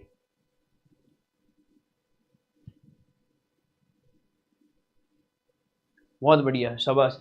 अब प्रशांत महासागर के संबंध में यह प्रश्न जो पूछा गया है यहां पर वेरी इंपॉर्टेंट है। अभी मैं सारे मैप से आपको क्या करवा दूंगा, महासागर और महाद्वीप, महासागर और महाद्वीप। मुझे पता है कि महासागर और महाद्वीप से ही प्रश्न आना है, 2 से 3 प्रश्न तो इसी में से आएंगे। ये जो दिया गया प्रश्न है इसके अनुसार हम बात करें, सही सुमेलित युग्म कौन सा है? प्रशांत महासागर का सीमावर्ती सागर है वो आपका कोरल सागर है, हिंद महासागर का बंडा नहीं है, आर्कटिक का कारा सागर है, और अटलांटिक का बेरिंग नहीं है। बेरिंग किसका है? प्रशांत महासागर के अंदर है, तो ये प्रशांत का है। इसी के ऑप्शन से नया बन सकता है, ए और सी है। थोड़ा सा मेरे साथ चलिएगा, 5 मिनट, सिर्फ 5 मिनट में आपको जो महासागर करवा देता हूं। प्रशांत महासागर जो है पैसिफिक सी की हम बात करें तो उत्तरी प्रशांत और दक्षिणी प्रशांत में बना हुआ है, जहां पर सबसे गहरी खाई जो 11,000 मीटर की हम बात करें तो वो आपकी हो जाती है कौन सी? मैरियाना ट्रेंच हो जाती है। 11,000 मीटर मतलब माउंट एवरेस्ट से भी ज्यादा गहरी। बेरिंग जल संधि के द्वारा ये आपके अलग होता है, यहां पर ये बेरिंग जल संधि है, बेरिंग जल संधि है जहां पर आपका उत्तरी अमेरिका और इधर रसिया इससे अलग हो रहा है बेरिंग जल संधि से। फिर मैरियाना ट्रेंच सबसे बड़ा गर्त इसके अंदर, परिप्रशांत अग्निवलय इसमें पाया जाता है, मतलब इसके चारों तरफ भूकंप आते रहते हैं, ज्वालामुखी आते रहते हैं। ये सारी चीजें आप लोगों को याद रखने, मतलब ये वो क्षेत्र है जहां पर ज्वालामुखी भूकंप प्रशांत महासागर में सबसे ज्यादा आते हैं। प्लेटों की जो टकराने की गति और उसकी वजह से उपजा हुआ, ये यहां पर याद रखना है। अगला हम बात करें अटलांटिक महासागर की बात करें, अटलांटिक महासागर की बात करें तो एस आकार का महासागर कौन सा है? अटलांटिक महासागर है। एस आकार का महासागर अटलांटिक है, विश्व का दूसरा सबसे बड़ा महासागर है। प्रशांत महासागर 30% जमीन कवर कर रहा था, ये कर रहा है जो है एरिया कवर कर रहा था, 1/3 कवर कर रहा था, ये कर रहा है इसका दूसरा सबसे बड़ा। अटलांटिक महासागर की हम बात करें तो इसका क्षेत्रफल वगैरह छोड़िए, इसे अंध महासागर भी कहते हैं, आकृति एस के समान है। और इसके बाद इसके अंदर बात करें, एक देखो प्यूटरिको गर्त आपसे पूछा जाएगा, बहुत इंपॉर्टेंट है कल वाले पेपर के अंदर। प्यूटोरिको खाई, जैसे प्रशांत महासागर में हमने बात की थी मैरियाना ट्रेंच की, वैसे के वैसे प्यूर्टो रिको जो गर्त है वो अटलांटिक महासागर का सबसे गहराई वाला क्षेत्र है। प्यूर्टो रिको किसका है? अटलांटिक का है, जिसकी गहराई 8,392 है। ठीक है, और अटलांटिक महासागर में वनस्पतियां भी है, बरमुडा ट्रायंगल भी है। बरमुडा ट्रायंगल आपका यहां पर देखने को मिलता है, यहां सार्गेसो सी भी देखने को मिलता है ना, आपका सार्गेसो सागर भी देखने को मिलता है, सार्गेसो सी भी देखने को मिलता है। बरमुडा ट्रायंगल भी है यहां पर, जहां पर बहुत ज्यादा ग्रेविटी देखने को मिलती है। हिंद महासागर में शुंडा गर्त है, शुंडा खाई। मेडागास्कर द्वीप भी है, हिंद महासागर जो इंडियन ओशियन है उसमें ये आपका मेडागास्कर हो गया। मॉरिशस द्वीप, मॉरिशस देश भी है। सबसे गहराई वाला बिंदु, पृथ्वी का सबसे गहराई वाला बिंदु है आपके कहां पर देखने को मिलेगा? अंटार्कटिका के अंदर। महाद्वीप का सबसे गहराई वाला बिंदु जो है आपके अंटार्कटिका में देखने को मिलेगा, जिसका नाम है बेंटले सब ग्लेशियर। याद रखिए इस चीज को, बेंटले सब ग्लेशियर, बेंटले सब ग्लेशियर, बेंटले सब ग्लेशियर आपके अंटार्कटिका में। अब अंटार्कटिका कहां पर है? ये है आपका अंटार्कटिका। ठीक है, वैसे महासागर और महाद्वीप की हम बात करें, 7 महासागर, 7 महाद्वीप और 4 बड़े महासागर, उनकी बात करेंगे अभी। अब वायुदाब पेटियों के संबंध में प्रश्न पूछा गया है कि वायुदाब पेटियों के संबंध में कि बताइएगा, इसके अनुसार यहां पर वायुदाब पेटियां, भूमंडलीय पवनें मुख्यतः किसके ऊपर डिपेंड करती है? भूमंडलीय पवनें जो है वो आपके वायुदाब पेटियों की वजह से भूमंडलीय हवाएं चलती है, पृथ्वी के घूर्णन की वजह से भी चलती है, और वायुमंडलीय आर्द्रता इसको प्रभावित नहीं करती, और महासागर और महाद्वीपों का वितरण इसको प्रभावित करता है। तो ये इसका राइट आंसर है। 2020 के अनुसार निम्नलिखित महाद्वीपों की उनकी जनसंख्या के आकार के हिसाब से आपको व्यवस्थित करना है।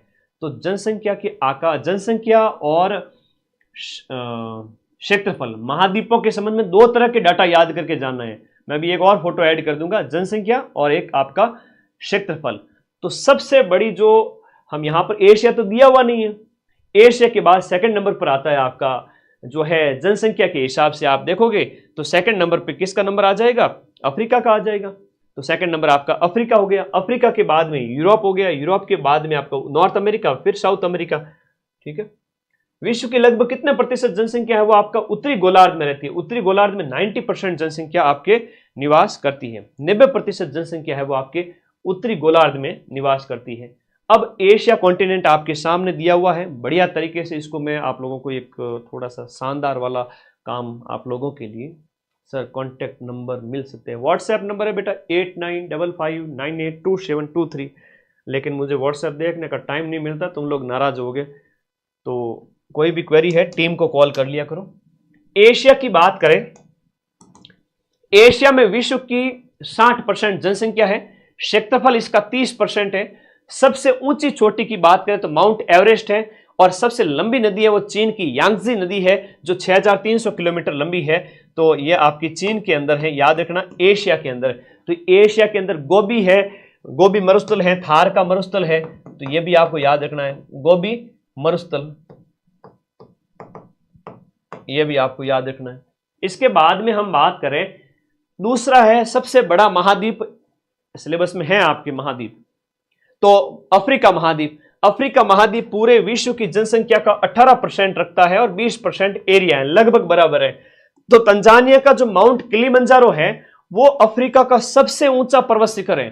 तंजानिया का माउंट किलिमंजारो है वो सबसे ऊंचा पर्वत शिखर है, जिसकी ऊंचाई है 5895। सहारा मरुस्थल है, कालाहारी मरुस्थल है, तो कालाहारी अफ्रीका के अंदर दक्षिण के अंदर है। उसके बाद में महान रिफ्ट घाटी भी यहां पर पाई जाती है, महान great rift valley, great rift valley भी यहां पर पाई जाती है, और रेन फॉरेस्ट भी है, कांगो नदी भी है, सवाना घास के मैदान भी यहां पाए जाते हैं, नाइजर नदी है, और सहारा डेजर्ट है, नील नदी, ये आपके नील नदी है, वो नाइल रिवर है, वो भी आपके यहां पर है। बहुत इंपॉर्टेंट है, वेरी वेरी इंपॉर्टेंट, विश्व की सबसे लंबी नदी है ना। बड़े अच्छे प्यारे प्रश्न हैं आप लोगों के लिए, शानदार वाले प्रश्न पूछे जाएंगे। विश्व की सबसे लंबी नदी, हाँ, लंबाई वगैरह हम बात करें, ये तो 6650 है, 6650 मीटर। विश्व की सबसे लंबी नदी, विश्व की लॉन्गेस्ट रिवर अफ्रीका के अंदर ही। इतनी सारी चीजें अफ्रीका के अंदर, इतनी सारी चीजें अफ्रीका के अंदर। ओके, अब देखिएगा यहां पर सबसे चौथे नंबर की बात करें, फोर्थ नंबर पर सबसे ज्यादा जनसंख्या वाली बात करें तो जो महाद्वीप आ जाता है वो आपका नॉर्थ अमेरिका है। उत्तरी अमेरिका महाद्वीप की हम बात करें तो 7.5% जनसंख्या, 25% क्षेत्रफल, और माउंट मैकिनले सर्वोच्च पर्वत शिखर है। माउंट मैकिनले है वो आपका सर्वोच्च पर्वत शिखर है उत्तरी अमेरिका का, जो आपके माउंट डेनाली के नाम से भी जाना जाता है। 6190 मीटर इसकी ऊंचाई है। मिसिसिपी मिसौरी इसकी सबसे लंबी नदी है अमेरिका महाद्वीप की, उत्तरी अमेरिका महाद्वीप की, और नियाग्रा वाटरफॉल यहां का सबसे ऊंचा वाटरफॉल है। एक प्रश्न उत्तरी अमेरिका में यह पूछा जाता है कि रॉकी पर्वतमाला, ये जो रॉकी पर्वतमाला है वो अमेरिका, जो उत्तरी अमेरिका है इसके पश्चिमी तट पर स्थित है, यह आपको याद रखना है। अलास्का अमेरिका का पार्ट है। एक आपका कैनेडियन शील्ड भी है। ग्रेट लेक के अंदर 5 प्रकार की झीलें आती है, इरी है, यूरन है, ओंटारियो है। तो 5 झीलों का जो क्षेत्र है वो कहां पाया जाता है? कनाडा और आपके अमेरिका के सीमा पर पाया जाता है। हडसन की खाड़ी हो गई और ब्यूफोर्ट सागर हो गया।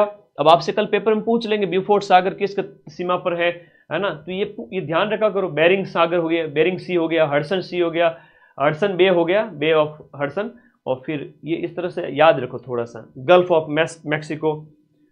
फिर हम बात करें तो south America continent, south America continent का जो सर्वोच्च शिखर है वो माउंट एकांकागुआ है। माउंट एकांकागुआ है वो आपका सबसे ऊंचा शिखर है जो 6961 मीटर है। और माउंट, ये जो एंडीज पर्वतमाला है, यहां पर याद करो एंडीज, और एंडीज पर्वतमाला की बात करें तो अमेरिका के, दक्षिणी अमेरिका का जो आपका पश्चिमी तट है वहां पर, दक्षिणी अमेरिका के पश्चिमी तट पर आपकी जो पर्वत श्रृंखला है वो एंडीज है, एंडीज है, ये याद रखना। एंजेल जलप्रपात भी आपके दक्षिण अमेरिका में पाया जाता है, 900 मीटर। हाकोन का पठार वगैरह, और माउंट इरेबस ये आपके अंटार्कटिका के अंदर बात करें, अंटार्कटिका का सर्वोच्च शिखर है वो माउंट इरेबस है, और इसका सर्वोच्च शिखर एकांकागुआ है। अब ये हो गए आपके क्या, ये हो गए आपके जितने भी 7 महाद्वीप है उनके ऊपर मैंने पढ़ा दिया, ठीक है। आसा का महाद्वीप, सफेद महाद्वीप जो बर्फ से ढका रहता है वो अंटार्कटिका है, साउथ पोल जिसे हम कहते हैं, दक्षिणी ध्रुव कहते हैं, और यहां पर अपने सेंटर भी स्थापित किए हुए हैं रिसर्च के लिए, ठीक है। माउंट इरेबस याद रहेगा, इधर आपका दक्षिण अमेरिका याद रहेगा, और उसके बाद ऑस्ट्रेलिया जिसे हम ओशिनिया कहते हैं, ओशिनिया कॉन्टिनेंट, यहां पर गिब्सन और सैंडी जैसे मरुस्थल भी पाए जाते हैं। और यहां हम इनकी बात करें तो ग्रेट विक्टोरिया डेजर्ट भी है, विक्टोरिया मरुस्थल भी है यहां पर, विक्टोरिया मरुस्थल भी ऑस्ट्रेलिया के अंदर है, और ये मरुस्थल वाला इलाका है। शिम्पसन, येलो शिम्पसन डेजर्ट भी है, शिम्पसन मरुस्थल। अब पूछ ले परीक्षा के अंदर, सेकंड ग्रेड है ना, थोड़ा आरपीएससी बेरहम हो जाती है, कई बार पूछ लेती है कि तिमोर सागर कहां पर है। तिमोर सागर ऑस्ट्रेलिया के उत्तर में। और कौन सा है? अराफुरा सी, अराफुरा सागर, ये भी ऑस्ट्रेलिया के उत्तर में। गल्फ ऑफ आपकी कारपेंट्रिया, और उसके अलावा ब्रिस्बेन, सिडनी वगैरह ये सब जनसंख्या वाला सेक्टर तो यहीं पर रहता है। मर्रे जो नदी क्षेत्र है वो भी यहीं पर है, मर्रे नदी। ग्रेट आर्टिजियन बेसिन, आर्टिजियन मतलब आपका पाताल तोड़ कुएं कहां पाए जाते हैं, कौन से महाद्वीप में पाए जाते हैं? ऑस्ट्रेलिया के अंदर पाए जाते हैं आपके पाताल तोड़ कुएं, जिन्हें हम कहते हैं आर्टिजियन वेल। अब मैं हिंदी में तो लिख दिया, लेकिन फिर अंग्रेजी में नहीं पढ़ोगे तो भरोसे की बहस पाडल आएगी। तो आर्टिजियन वेल जिन्हें हम कहते हैं, आर्टिसियन वेल। तो आर्टिसियन जो कुएं हैं, आर्टिजियन कुएं, तो आर्टिजियन वेल या पाताल तोड़ कुएं ऑस्ट्रेलिया के अंदर। ग्रेट डिवाइडिंग रेंज, एक बहुत प्यारा क्वेश्चन बनता है, ग्रेट डिवाइडिंग रेंज, ये जो पर्वत श्रृंखला है, हाँ, मर्रे और डार्लिंग जो नदियां हैं बिल्कुल यहाँ ऑस्ट्रेलिया की है। ग्रेट डिवाइडिंग रेंज है ना मेरे प्यारे साथी, ऑस्ट्रेलिया के पश्चिमी तट पर है, सॉरी पूर्वी तट पर। ये पूर्व वाला भाग है, ईस्ट वाला भाग है, पूर्व की तरफ है आपके ग्रेट डिवाइडिंग, शायद कल वाले पेपर में छप जाए मां सरस्वती के आशीर्वाद से। ग्रेट डिवाइडिंग रेंज, ये आपकी जो पर्वत श्रृंखला है वो ऑस्ट्रेलिया की है, याद रखना, पूर्वी तट पर, ठीक है, पूर्वी तट पर याद रखना। और तो क्या ही बताऊं इसके अंदर, ये ओबार्ट भी ऑस्ट्रेलिया का ही है, जहां पर कई बार तस्मानिया वगैरह ये क्रिकेट मैच होता है यहाँ पर। ग्रेट डिवाइडिंग रेंज, क्वींसलैंड जो क्षेत्र है ये याद रखिएगा, क्वींसलैंड, ये क्वींसलैंड भी ऑस्ट्रेलिया का ही पार्ट है। सिम्पसन डेजर्ट हो गया। अच्छा, मैकडोनेल रेंज, मैकडोनेल पहाड़ी, मैकडोनेल पहाड़ी। अब मैकडोनेल का नाम सुन के तुम पिज्जा मत याद करना ना, लार मत टपका देना बस। किम्बरले का पठार, किम्बरले पठार, वेस्टर्न ऑस्ट्रेलिया, पर्थ वगैरह हो गए। इतनी सारी चीजें बता दी, और तो क्या ही बताऊं, है ना। ठीक है, अच्छा लगा, बढ़िया आया, हाँ, आनंद। हाँ, ये थोड़ा पूछ सकते हैं कि तिमोर सागर है, अराफुरा सागर है, थोड़ा सा उत्तर की तरफ है, थोड़ा ध्यान रख लेना, है ना। ये अभी मैं पीडीएफ टेलीग्राम पे भेजू ना, और पढ़ लेना। अब एक लास्ट बच गया था, यूरोप है वो आपका 9%, 9.5% जनसंख्या है, और लगभग इक्वल रखता है, जनसंख्या और क्षेत्रफल इक्वल रखता है। माउंट एल्ब्रुस का प्रश्न कई बार एग्जाम में पूछ लिया जाता है। माउंट एल्ब्रुस जो है ना, तो माउंट एल्ब्रुस है वो आपका 5642 मीटर है, यूरोप का सबसे ऊंचा पर्वत शिखर है। और मेरे प्यारे साथियों, हम यूरोप के संबंध में अगर बात करें तो यूरोप के अंदर एक ये ध्यान रखना, ये जो है आपका अफ्रीका और यूरोप के बीच में भूमध्य सागर है, मेडिटेरियन सी है, ठीक है, भूमध्य सागर है, ये काला सागर है, और सी ऑफ अजोव है, अजोव सागर है, तो ये यहीं पर है, अजोव सागर है। ऐसे प्रश्न तो फेवरेट प्रश्न है आरपीएससी सेकंड ग्रेड के। मैंने 5 पेपर सॉल्व कराए पीछे वाले, मेरे से ज्यादा कोई नहीं जानता होगा इस चीज को, मेरा जीव जानता है सारी चीजें एक करके उनको एकदम राइट आंसर के साथ में। 500 पेपर की पीडीएफ 2 दिन पहले ही दी हुई है टेलीग्राम पे, जाके देख लेना, उसमें से कई सारे प्रश्न मिल जाएंगे। मैं कहूं तो 100 में से लगभग 30 सिर्फ उन पिछले पेपर के एक्सप्लेनेशन से, और करंट पढ़ के चले जाओगे तो क्या ही चाहिए। हाँ, मैंने इकोनॉमिक्स करवाई, वो एनफ है। इकोनॉमिक्स के 80 से 90% प्रश्न मैंने जो 100 क्वेश्चन की क्लास ली उसमें से आ जाएंगे, क्योंकि सिर्फ आर्थिक समीक्षा है। ठीक है मेरे भाई, किस किस का दुखड़ा रोए, आराम बड़ी चीज है। आज बढ़िया मुंह ढक के सोए, कल बढ़िया पेपर होगा। ये सेकंड ग्रेड और अगला सेकंड ग्रेड, 2 आपके जेब में है। भूमध्य सागर, ठीक है, भूमध्य सागर अफ्रीका और इसके बीच में अजोव सागर है, और ये आपका काला सागर, और ये आपका कैस्पियन सागर। कैस्पियन कहाँ है? यूरोप के पूर्व की तरफ। अब ये बे ऑफ बिस्के की खाड़ी है, इंग्लिश चैनल है, नॉर्थ उत्तरी सागर है, और फिर आपका बाल्टिक सागर है, फिर आपका व्हाइट सी है, और फिर आपका जो है आपका नॉर्वेजियन सी है, और फिर आपका है बेरेंट सी। तो थोड़े से मतलब नॉर्मल चीजें हैं। मैं ये देख रहा हूं कि आरपीएससी का पेपर जो सेट करते वाले हैं उनका दिमाग में पढ़ चुका हूं, ठीक है ना, इसीलिए तो 90% प्रश्न मिला। तो मुझे पता है कि वो कौन से प्रश्न देने वाले हैं। लिफाफे में पेपर बंद है, लेकिन अभी से बता देता हूं कि जो 800 प्रश्न है, 500 प्रश्न और व्याख्या के साथ में 800 पेज मैंने डाले हुए हैं। 800 पेज मतलब बड़े बड़े पेज नहीं है, एक पेज पे सिर्फ और सिर्फ एक क्वेश्चन लिखा हुआ है। तो मेरे भाई टेलीग्राम ग्रुप में चले जाओ, वो 500 प्रश्न पढ़ लेना। अगर किसी ने नहीं पढ़े हैं, करंट अफेयर्स की पीडीएफ अभी जस्ट घंटे पर पहले डाली है, वो पढ़ लेना। 500 प्रश्न पिछले 22-23 और संस्कृत शिक्षा विभाग का जस्ट पेपर ऐड किया है, उनके जैसा ही लेवल आएगा, उससे ज्यादा देने की हिम्मत अभी आरपीएससी की है नहीं, ठीक है। फर्स्ट ग्रेड में मैंने मिला दिए थे आपके 55 में से 42 क्वेश्चन जीके के, मैथ, रीजनिंग, हिंदी, इंग्लिश को छोड़ दो 75 में से। फर्स्ट ग्रेड से तो हल्का ही लेवल होगा, क्या चिंता करते हो। तो यूरोप हो गया, ये सब हो गया। उसके बाद में एक निम्न से कौन सी भूमंडलीय हवाएं नहीं है दिए गए ऑप्शन में से, तो भूमंडलीय हवाएं दिए गए में से आपकी मानसूनी हवाएं, भूमंडलीय हवाएं नहीं है, सागरीय हवाएं हो जाती है। अब ये देखो, द्वीप है, सागर है, ये आरपीएससी के द्वारा पूछा गया प्रश्न है। जहां पर हम बात करें तो आपका जो ए यानी कि गैलापागोस द्वीप है वो आर्कटिक महासागर का है, और कनारी है वो आपके अंध महासागर का है। तो ये सी ऑप्शन, डी ऑप्शन इसमें सही है। डियोगो गार्सियो है तो ये हिंद महासागर का है, और न्यू साइबेरियन है तो वो आपका न्यू साइबेरियन है।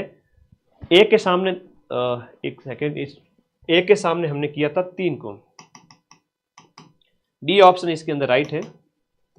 ए के सामने 2 करो, बी के सामने 3 करो, ए के सामने 2, बी के सामने 3, सी के सामने 1 और डी के सामने 4।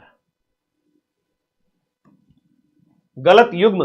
देखो, सागर का प्रश्न आरपीएससी के द्वारा पूछा गया प्रश्न मैं लेकर के आया हूं। सागर का प्रश्न आरपीएससी के द्वारा पूछा गया था, और मैंने सारे सागर जो महाद्वीप बताए थे उनमें मैंने सारे सागर बता दिए, ऑस्ट्रेलिया के बता दिए, यूरोप के बता दिए। अब इससे ज्यादा तुम भले पूरे साल भर पढ़ो, भले ये क्लास इस महाद्वीपों वालों के लिए ये यूजफुल है, ठीक है। ऐसा नहीं कि पूरे साल पढ़ा, ठीक है, पूरे साल तो आपने जम के मेहनत की है, लेकिन ये क्लास बहुत रामबाण है इसके अंदर। गलत आपका चयन करना है। ओखोटस्क सागर है वो अटलांटिक का नहीं है, बाकी बेरिंग प्रशांत में है, बाल्टिक अटलांटिक में है, लाल सागर हिंद महासागर में। इस बार ब्लैक सी पूछ सकते हैं, मेडिटेरियन सी पूछ सकते हैं, और भी मैंने जितने बताए वो सब पूछ सकते हैं। यहां पर जो है वो निम्नलिखित में से कौन से क्षेत्र में अत्यंत शांत स्थिति रहती है, तो 10 डिग्री उत्तरी अक्षांश से 10 डिग्री दक्षिणी अक्षांश के बीच में यहां पर आपकी बिल्कुल शांत पेटी रहती है, ठीक है। और ये यहां पर दिया गया कि जनसंख्या के हिसाब से आपको देशों को बताना है, तो जनसंख्या के हिसाब से अगर देशों को बताओगे तो सबसे पहले बांग्लादेश, आप सभी को पता है बड़ा उपजाऊ क्षेत्र है यहाँ पर, तो जनसंख्या तो खूब होगी। फिर यूके, जापान, मिस्र, बेचारे इनके सामने तो है ही नहीं कुछ प्रोडक्टिविटी के मामले के अंदर, प्रजनन क्षमता के मामले में। तो पहले बी आएगा फिर सी आएगा। बांग्लादेश ही सही करना था आप लोगों को। जहां नदियां होती हैं वहां लोग ज्यादा रहते हैं, और दूसरी बात यह है कि जो गर्म प्रदेश है वहां पर लोगों की प्रजनन क्षमता ज्यादा होती है। जैसे अफ्रीकन्स को देख लो, तो यूनाइटेड किंगडम है, अफ्रीका वाला एक देश आता है तो थोड़ा शक पैदा होता है कि सर डी ऑप्शन भी हो सकता है क्या, लेकिन मिस्र नहीं, बल्कि पाकिस्तान, भारत, बांग्लादेश, ये ऐसे देश है। भारत तो चलो छोड़ो, ये पाकिस्तान तो है ना, पाकिस्तान की भी जनसंख्या होगी जैसे 30 करोड़ के लगभग, बांग्लादेश की भी लगभग इतनी कह सकते हो। ये इतने छोटे छोटे देश है, यूपी से भी छोटे हैं, है ना। मतलब कहीं यूपी खुद देखो, उत्तर प्रदेश क्षेत्रफल में नहीं, उत्तर प्रदेश की जनसंख्या के बराबर, उत्तर प्रदेश की जनसंख्या के बराबर। तो बी सी ए डी होगा यहां पर, ये ऑप्शन डी है, लास्ट में डी है ना, बी सी ए डी। तो धन्यवाद विद्यार्थियों, इतने ही प्रश्न थे, और इनमें मुझे जो सबसे इंपॉर्टेंट चीज थी वो जो मुझे ये लगी वो मैंने ये करवाया था। एक रिवीजन करो फटाफट। अब देखो, एशिया महाद्वीप के अंदर जो सागर है ना, थोड़ा ध्यान रखना। जैसे ईस्ट चाइना सी है, ये ईस्ट चाइना सी है, येलो सी है, सी ऑफ जापान है, सी ऑफ ओखोटस्क, ये पिछली बार सेकंड ग्रेड में पूछा गया था। ओखोटस्क में कौन सा सागर है? प्रशांत महासागर है। ओखोटस्क दिया हुआ ऊपर में। अवरोही पूछा गया, सही करो। तो अवरोही क्या सर बेटा पूछा गया है कि जनसंख्या के अनुसार अवरोही क्रम, तो बढ़ते से घटते हुए क्रम की ओर पूछा गया। सॉरी, बढ़ते हुए क्रम कर दिया मैंने, कोई बात नहीं। कह रहा है कि बढ़ते से घटते हुए क्रम की ओर अवरोही क्रम पूछा गया। थोड़ा क्या है कि आज प्रेशर बहुत है, मुझे एसएसटी के नोट्स भी करवाने हैं। अवरोही पूछ रहा है ना, अवरोही का मतलब प्लस से माइनस की ओर, प्लस से माइनस की ओर। पहले सी आएगा, तो मैं बांग्लादेशी तो बोल रहा था अभी तक, मैं तो बांग्लादेशी बोल रहा था। हो सकता है कि मेरे पढ़ाने में टिक गलत हो गया हो, लेकिन पहले तो आपका सी यानी कि बांग्लादेशी आएगा। सी के बाद में जो आएगा वो आएगा आपका जापान, और उसके बाद में आएगा आपका मिस्र, और उसके बाद में आएगा गोरे लोग। हाँ ठीक है, बिल्कुल ऑप्शन सी सही। मैं बांग्लादेश बांग्लादेश बांग्लादेश बोले जा रहा हूं आप लोगों को पढ़ाते, लेकिन जब टिक हुआ तो गलत हो गया। उससे आप लोगों को एक सीख लेनी है कि कल के पेपर में ऐसी गलती मत करना। मैं जो बोल रहा था, मैंने कहा बांग्लादेश बांग्लादेश बांग्लादेश, लेकिन यहां पर हमने सी को कर दिया था टिक, जबकि सी ऑप्शन नहीं था, बी ऑप्शन है। क्योंकि मैं बांग्लादेश बोल रहा हूं तो सी तो यही होगा ना, कोई बात नहीं, मेरे से आप एक चीज सीख सकते हो, कल के पेपर को अच्छे से पढ़ना, ठीक है, गलती मत करना। तो ये सागर जितने भी हैं, ओकोटस्क हैं वो प्रशांत महासागर का। चलो तुम्हें 2 नंबर दिला दूं, 2 नंबर वापस दिलाता हूं। ओकोटस्क प्रशांत महासागर में, ईस्ट सी ऑफ जापान और पीत सागर यानी पीला सागर, येलो सी और ईस्ट चाइना सी है, साउथ चाइना सी है, सुलू सी है, साउथ चाइना हो गया, सुलू सी हो गया, सेलेबस सी हो गया, बांडा सी ओलॉजी, और बांडा सी भी पूछा गया प्रश्न है, बांडा सागर भी पूछा गया है रे, बांडा सागर भी पूछा गया, बोंडो सी भी पूछा गया है। ये सारे जितने भी, और बेरिंग सी, ये रहा बेरिंग सागर, ये सारे पूछे गए हैं ऐसे। चलो एसएसटी के नोट्स के अंदर मिलेंगे, समय का थोड़ा अभाव है, पॉलिटी भी करनी थी। एक तुम लोग भी बता दो, अभी जो है एक पॉलिटी की क्लास लेकर के एसएसटी के नोट्स भी कराऊं क्या? वो भी करा देता हूं, समय तो थोड़ा लेट हो जाएगा, रात के 12 बज जाएंगे, फिर तुम लोग सुबह उठ के देख लोगे डबल स्पीड में, या क्लास नहीं देखो ना तो टेलीग्राम में मैं पीडीएफ डाल दूंगा एसएसटी के नोट्स की, तो रिवीजन बढ़िया हो जाएगी, ठीक है। अब अफ्रीका की हम बात करें तो अफ्रीका में जो है एटलस पर्वत श्रृंखला है, सहारा डेजर्ट है, साहेल सेक्टर है, सवाना घास के मैदान है, ट्रॉपिकल रेन फॉरेस्ट है, नाइजर नदी है, नील विश्व की सबसे लंबी नदी है, कॉन्गो नदी है, लेक विक्टोरिया है, किलिमंजारो है, और ग्रेट रिफ्ट वैली है। रिफ्ट वैली वाला प्रश्न बहुत इंपॉर्टेंट है, अफ्रीका के अंदर है। और फिर ये आपकी उत्तरी अमेरिका महाद्वीप हो गया, जिसमें मैंने जो इंपॉर्टेंट चीजें बता दी, एंडीज वगैरह दक्षिण अमेरिका के अंदर हो गया। लो जी, ये ऑस्ट्रेलिया के अंदर तो सारी बता दी, तिमोर सागर है, अराफुरा सी है। चलो धन्यवाद। ये यूरोप के अंदर भी बाल्टिक हो गया, नॉर्थ हो गया, नॉर्वेजियन हो गया, व्हाइट। सुबह उठ के नोट्स देख लेना बस, और कुछ नहीं, ठीक है।